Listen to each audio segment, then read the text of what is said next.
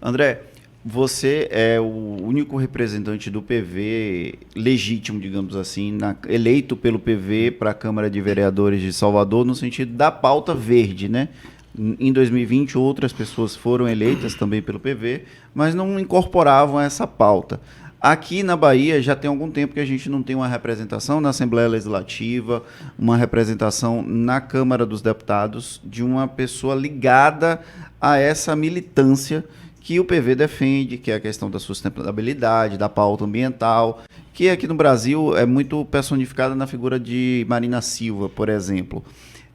A Bahia tem deixado a desejar nesse debate das questões ambientais, essa ausência de representatividade dessa pauta nos legislativos e no próprio executivo, de alguma forma, dificulta que essa temática apareça aqui na Bahia?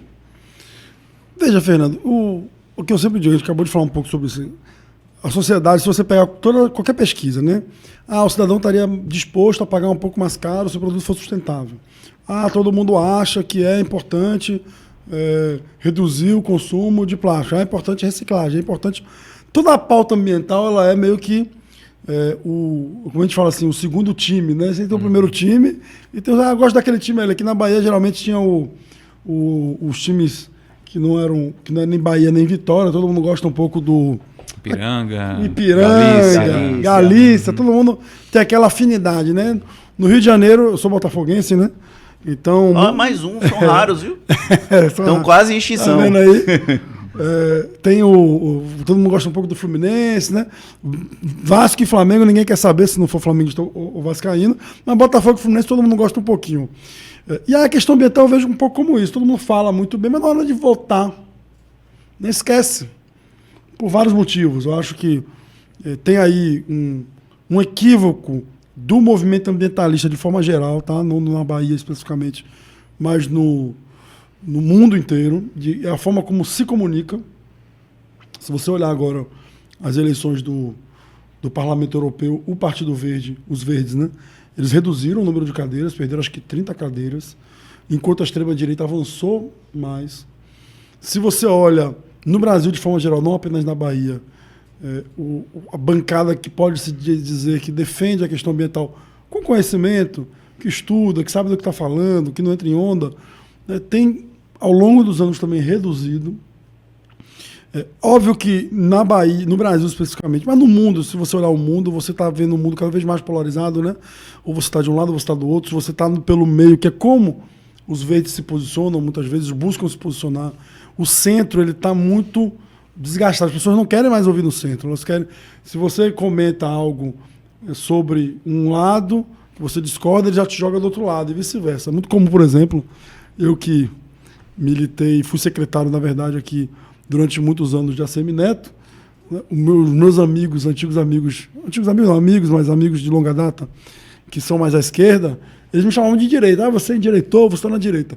E a galera, às vezes, que se identifica mais como direita, até mesmo dentro do governo, me chamava de esquerda. Esquerda aí, etc e tal. Então, o que eu vejo é que o centro, eles perdem. E o PV, como se posiciona mais ao centro, acabou também perdendo um pouco. Mas, na minha opinião, faço esse debate e essa crítica internamente, inclusive, o PV também não soube se organizar, não soube se preparar, não soube aproveitar o momento em que o planeta vive e se conectar com as pessoas. Então, se conectar de que maneira? O dia a dia delas, né? Então, estamos falando de meio ambiente, estamos falando de quê? Estamos falando do esgoto que passa em qualquer bairro popular, em qualquer cidade do Brasil, que é saneamento. Isso tem impacto na saúde das pessoas. A gente está falando da arborização das cidades, que deixam as cidades mais frescas, mais agradáveis, que melhora o patrimônio. A gente está falando de incentivos para a construção sustentável.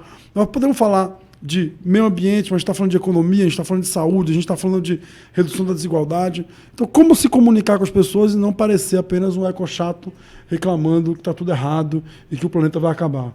Então, esse é o desafio da comunicação para o meio ambiente e é um desafio ainda maior para a política. Num contexto nosso de um sistema que ele é um sistema difícil de penetrar, porque existem ferramentas, instrumentos que acabam produzindo a consolidação de quem já está no poder. Então, quem tem mandato parlamentar federal tem aí emenda doidado para continuar ali, né, se garantindo. Quem está na Assembleia também, de certa forma. Quem está no mandato de vereador também acaba tendo mais condições. E o PV, como é um partido pequeno e que tenta se conectar, acaba não conseguindo, além das suas próprias falhas de estratégia, de tática eleitoral.